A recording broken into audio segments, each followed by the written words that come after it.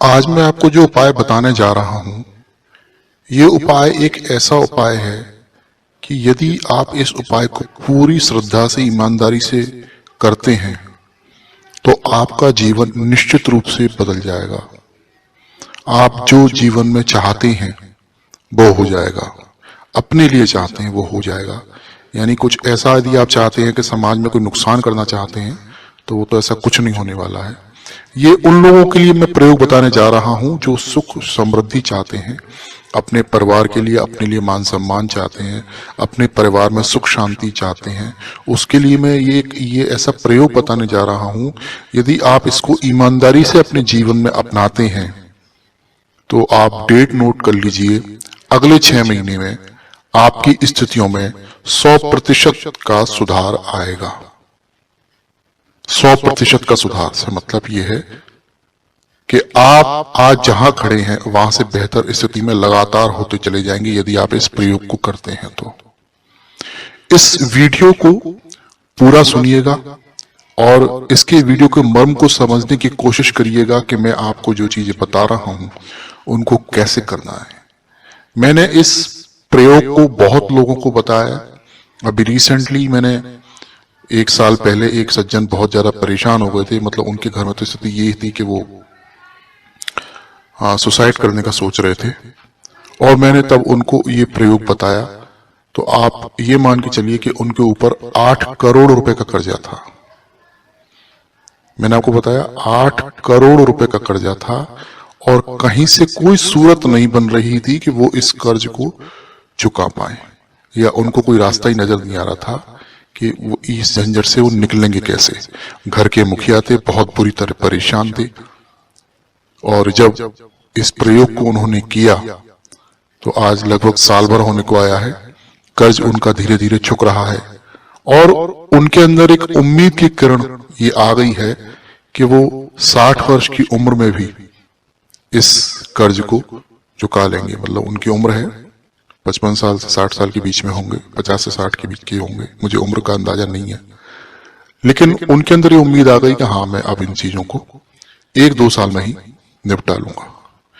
तो जो व्यक्ति इस प्रयोग को करके 8 करोड़ का कर्जा चुकाने की उम्मीद रखता हो, ठीक है ना, और उसके अंदर आशा की किरण जब जगी हो तो आप निश्चित मानिए कि आप चाहे किसी भी स्थिति हो, आपके रोजगार नहीं हो, आपके पास कोई काम नहीं हो, आपके पास कर्ज हो गया हो या आपके काम नहीं बनते हो और आप यदि इस प्रयोग को करेंगे तो निश्चित मानिए कि आपके काम 100% बनने लगेंगे। ये मेरा विश्वास है, पूरा विश्वास है, क्योंकि मैंने जिसको भी इस प्रयोग को बताया है और जिसने इसे पूरी ईमानदारी के साथ किया है उसको इसका फल जरूर मिला है। देखिए, पहली बात तो यह है कि जब हमारा अपना कोई प्रयोग काम ही नहीं कर रहा, हमारे मन की तो चल ही नहीं रही, चल किसकी रही है? ईश्वर की। और जब ईश्वर की चल रही है तो हमें ईश्वर के बताए रास्ते से ही समाधान निकालना पड़ेगा। पहली बात तो यह है। तो ईश्वर कब मिलते हैं? ईश्वर मिलते हैं सुबह सुबह, प्रातःकाल अवस्था में मिलते हैं, ठीक है ना। शुरुआत में आपको हो सकता है परेशानी हो, आप किसी ठंडे स्थान में रहते हो तो आपको ऐसा लगता हो कि सुबह सुबह तो बड़ा मुश्किल काम है, लेकिन आप ये निश्चित मान लीजिए कि आपको ये काम इसलिए करना है कि आपका तो कोई काम बन ही नहीं रहा। इस प्रयोग को आप जब ही करें जब आप सारे काम करके देख चुके हो। और आप सुबह 3:30 बजे का अलार्म लगा दीजिए, और अलार्म लगाने की जरूरत नहीं है। रात को सोने से पहले हाथ जोड़िए, हाथ पैर धोइए और उसको तौली से पहुंचिए, पहुंचकर बिस्तर पे जहां आप सोने जा रहे हैं वहां जाइए और प्रार्थना कीजिए ईश्वर से, हे ईश्वर, मेरे दुर्भाग्य का आप नाश करें, मुझे मेरा सौभाग्य प्रदान करें। इन शब्दों को आप लिख लीजिए, मेरे दुर्भाग्य का आप नाश करें और मेरा सौभाग्य मुझे प्रदान करें। ऐसी मेरी आपसे प्रार्थना है। आप जिस भी ईश्वर को मानते हो वो आपकी इच्छा है, लेकिन आप ऐसी प्रार्थना कर सकते हैं। मां लक्ष्मी से कर सकते हैं, भोले शंकर से कर सकते हैं, बजरंग बली से कर सकते हैं, जिसमें आपकी श्रद्धा हो कर सकते हैं। और उनसे एक प्रार्थना और करिए कि मुझे आप सुबह 3:30 बजे उठा दीजिएगा। हाँ जी, कितने बजे? 3:30 बजे उठा दीजिएगा। आप 3 बजे कहेंगे तो वो 3 बजे उठा देंगे। और आप देखिएगा कि उस रात से आपको सुबह 3:30 बजे होश जरूर हो जाएगा। आप नहीं उठे वो आपकी इच्छा है, पर आपको 3:30 बजे ईश्वर उठा देंगे। पहली बात तो आप इस प्रयोग को करके देख लीजिएगा। आपको जरूरत ही नहीं पड़ेगी किसी चीज की, किसी अलार्म की जरूरत। आप कितनी भी गहरी नींद में सो रहे हो, आपकी नींद उस समय खुल जाएगी। पहले दिन से ही खुल जाएगी, पर आप शायद उस खुलने को नहीं पहचान पाए, लेकिन दूसरे तीसरे दिन से ही आपको पहचान में भी आने लग जाएगी। फिर आप नहीं उठाइए, आपकी इच्छा है, पर ईश्वर आपको 3-3:30 बजे जरूर उठा देंगे। पहली बात तो ये इस बात का प्रमाण है कि आप जो बात ईश्वर से कहते हैं वो तत्काल सुन लेते हैं, तत्काल सुन लेते हैं। द्रौपदी का चीरहरण हुआ ना, तब द्रौपदी ने पुकारा था। यदि द्रौपदी ने ईश्वर को उस समय पुकार लिया होता जब उसको घसीट कर ले जाने की बारी आई थी, तो वो सभा में पहुंच ही थी नहीं, उससे पहले ही समाधान कर दिया जाता। आप जब पुकारेंगे, जब ईश्वर आ जाएंगे और आपकी बात मान लेंगे। पहला प्रयोग मैंने आपको बता दिया है। आपको सुबह 3:30 बजे उठ जाना है। 3:30 बजे उठने के बाद आप फ्रेश होइए, गर्म पानी से, चाहे गर्म पानी से, ठंडे पानी से, चाहे ठंडे पानी से नहा लीजिए। और नहाकर एक इधर पूर्व दिशा होती है, पूर्व जहां से सूर्यदेव निकलते हैं, उस तरफ एक पीला आसन लगा के बैठ जाइए। एक रुद्राक्ष की माला ले लीजिए, अमेजन से मंगा लीजिए, जो भी कहते हो साहब मैं असली बेचता हूं, मंगा लीजिए।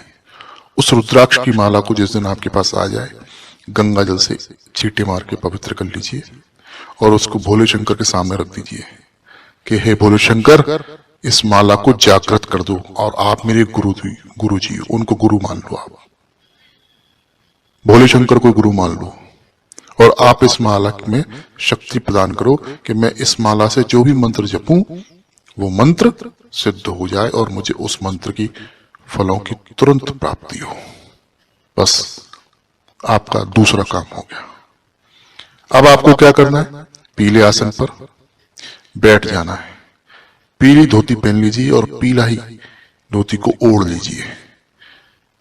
और शुरुआत में भी आपके पास पीला कुछ नहीं है ना, तो सिर्फ पवित्र कपड़ा हो धो के उसको बिछा लीजिए। जब आपके पास पैसे आए जब ले आइएगा, ठीक है। और धुला हुआ हो, साफ सुथरा हो, जहां पूजा करें वहां भी सुबह झाड़ू पोछा लगा लीजिएगा, साफ कर लीजिए, वहां पर बदबू ना आ रही हो, महक का वातावरण बना लीजिएगा। 10-20 रुपए का इत्र ले आइए, रूई में लगा के इत्र लगा लीजिए, रूम फ्रेशनर लगा लीजिए, सुबह सुबह महक आनी चाहिए। और एक धूप बत्ती, बस ऐसे मतलब दिल से लगाइएगा। कोई काम आपसे जबरदस्ती तो कोई कह नहीं रहा, किसी ने फीस तो ली नहीं है, किसी ने डंडा तो उठाया नहीं आपके लिए, बस दिल से करिएगा प्रभु। अब आप ही करोगे जो भी कुछ करोगे। और धूप बत्ती जला के एक तांबे की छोटी सी लुटिया में पवित्र जल भर लीजिए, उसमें थोड़ी सी यदि गंगा जल हो तो गंगा जल की 4 बूंदें डाल लीजिए और उस जल को हाथ में लेकर, ठीक है, एक सबसे पहले एक मंत्र पढ़ेंगे, जो मंत्र मैं बोल रहा हूं और स्क्रीन पे आपको दिख भी जाएगा। ओम अपवित्र पवित्र सर्वावस्था गतो व्यास पुण्यकक्षम सा भयावंत्र है शुचि। इसे सीधे हाथ में जल लेके उल्टा हाथ सीधे हाथ के नीचे लगा के इस मंत्र को पढ़ लीजिए और इस जल को अपने ऊपर छिड़क लीजिए। आप पवित्र हो गए। ये पवित्रता का मंत्र है, आप पवित्र हो गए। अब इसके बाद आप भोले शंकर से प्रार्थना कीजिए कि हे भोले शंकर, मैं आपको गुरु रूप में मानता हूं, मैंने आपको गुरु माना है और मैं आज आज्ञा चाहता हूं कि आप मुझे अनुमति प्रदान करें गायत्री माता के मंत्र का जप करने का। मुझे इस मंत्र की सिद्धि की प्राप्ति हो, आपकी कृपा की प्राप्ति हो, गायत्री माता के मंत्रों की द्वारा गायत्री मां की शक्ति की मुझे की प्राप्ति हो, मुझे सुख समृद्धि की प्राप्ति हो। बस आप इतनी सी प्रार्थना कर लीजिए और उसके बाद फिर हाथ में जल लीजिए और जल लेकर गायत्री मां का आवाहन कीजिए और आह्वान करके कहिए, हे मां, मैं गुरु आज्ञा से आपके मंत्र का 108 बार जप कर रहा हूं। शुरुआत में आप 108 बार ही करिए। आप मुझे आशीर्वाद प्रदान करें, अपनी कृपा प्रदान करें, मुझे मेरे घर में सुख समृद्धि प्रदान करें, मुझे बल बुद्धि विवेक प्रदान करें, विद्या प्रदान करें, ऐसी मेरी आपसे प्रार्थना है भैया। और थोड़ी सी मिश्री खरीद लाइए, एक कटोरी में थोड़ी सी मिश्री का भोग गायत्री माँ को लगाइए। गायत्री माँ का एक चित्र की भी व्यवस्था कर लीजिए, अपने सामने लगा लीजिए मंदिर में। नहीं है तो कोई बात नहीं है, मन की आंखों से देखिए और बस आप धीरे धीरे बड़े आराम से मन ही मन इस गायत्री मंत्र का 108 बार जप करें। गायत्री मंत्र आपको स्क्रीन पे भी दिख जाएगा, दिख ही रहा है, और आपको सुनने को भी मिल जाएगा। बहुत पॉपुलर है, कोई बताने की जरूरत तो है नहीं। इस काम को करना शुरू कर दीजिए। आप इस काम को मुश्किल से 15 मिनट में कर लेंगे। 4 बजे से करेंगे, 4:15 तक हो जाएगा, 4:30 तक हो जाएगा। और फिर धीरे धीरे आपको आदत पड़ जाएगी। तो फिर इस माला की संख्या को बढ़ा लीजिए, फिर इसको 11 माला तक ले जाएं एक दिन में। और फिर इसको 11 माला के रोज के हिसाब से, या 21 माला का आप यदि क्रम बना लें तो बेहतर है। 21 माला रोज के हिसाब से आप करें तो कुछ दिनों में आप काउंट कर लेना, 1.25 लाख मालाएं आपकी हो जाएगी। और आप स्वयं महसूस करोगे कि एक शक्ति आपके साथ चलती है, आपके साथ शुभ संयोग होने लगे हैं, आपके साथ शुभ संयोग होने लगे, आप खुद महसूस करोगे। एक काम और करना है आपको। ये काम करना है आपको शनिवार के दिन। शनिवार को गरीबों को सिक्के जरूर बांटा करें। 10-20 रुपए के सिक्के लें, गरीबों को दान कर दे, जो मंदिरों में इधर-उधर बैठे होते हैं दान कर दे। बिना ये सोचे समझे तो कुछ करते नहीं है, ये नहीं, वो नहीं। आपका काम है, आपको, आपने गरीब को देखा जो आपसे मांग रहा है, आपने उसको दे दिया, वो गरीब है। जो मांग रहा है वो गरीब है। ये हमारा काम नहीं है वो क्या कर रहा है। हम क्या ना भिखारी को दान इसलिए नहीं देते, अरे साहब इन्होंने तो बिजनेस बना लिया है। बना लिया, अपने लिए बना लिया है। आप अपना काम करे आइए, उसको शनिदेव देखेंगे। इस काम को कर लीजिए, सिक्के आप जरूर दीजिए। एक काम आपको मंगलवार को करना है, और वो काम ये करना है कि मंगलवार को शाम को आपको बैठ जाना है अपने मंदिर में, रात को सारे कामों को करके, और घी का दीपक जला के, लाल वस्त्र धारण करके, लाल आसन पर बैठ के, ये आपको मतलब ये कंपलसरी है, लाल ही होना चाहिए। लाल धोती ओढ़ ले, लाल ही कोरी हो, नहीं ले आइए, 200-400 रुपए खर्च कर दीजिए, और एक लाल कंबल का आसन ले आइए। कंबल वाला आसन बढ़िया होता है, वो ले आइए। और उसी रुद्राक्ष माला से, इसी प्रक्रिया से एक सुंदर कांड का पाठ कर लीजिए। इस माला का तो भी होना नहीं है, माला को मैं गलत कह गया। आप सुंदरकांड का पाठ कर लीजिए। और इसमें भी वही भोले शंकर को सबसे पहले आप गुरु के रूप में प्रार्थना कीजिए कि मैं आज सुंदरकांड का पाठ कर रहा हूं, घर में सुख समृद्धि हेतु, ऐश्वर्य की प्राप्ति हेतु, धन धान की प्राप्ति हेतु, हे भोले शंकर आप मुझे आशीर्वाद प्रदान करें। और एक माला सबसे पहले भोले शंकर की कर लीजिए, ओम नमः शिवाय की। और उसके बाद बजरंगबली से प्रार्थना करिए, हे बजरंगबली आज मैं आपके सुंदरकांड का पाठ अपने घर में सुख समृद्धि की प्राप्ति हेतु कर रहा हूं, अपने शत्रुओं के शमन हेतु कर रहा हूं, संकटों के शमन हेतु कर रहा हूं। और आप इस काम को करना शुरू कर दीजिए। आप देखिए कैसे आपके काम जादुई रूप से बनने लगेंगे। एक आपको इस बात का और बता रहा हूं कि आपको हल्ला नहीं मचाना मोहल्ले में, अरे मैं तो अभी सुंदरकांड करने लगा हूं ये हो जाएगा, गायत्री मंत्र करने लगा हूं ये हो जाएगा। बहुत सारे लोग क्या करते हैं, दान बाद में करते हैं, ढिंढोरा पहला पीट देते हैं।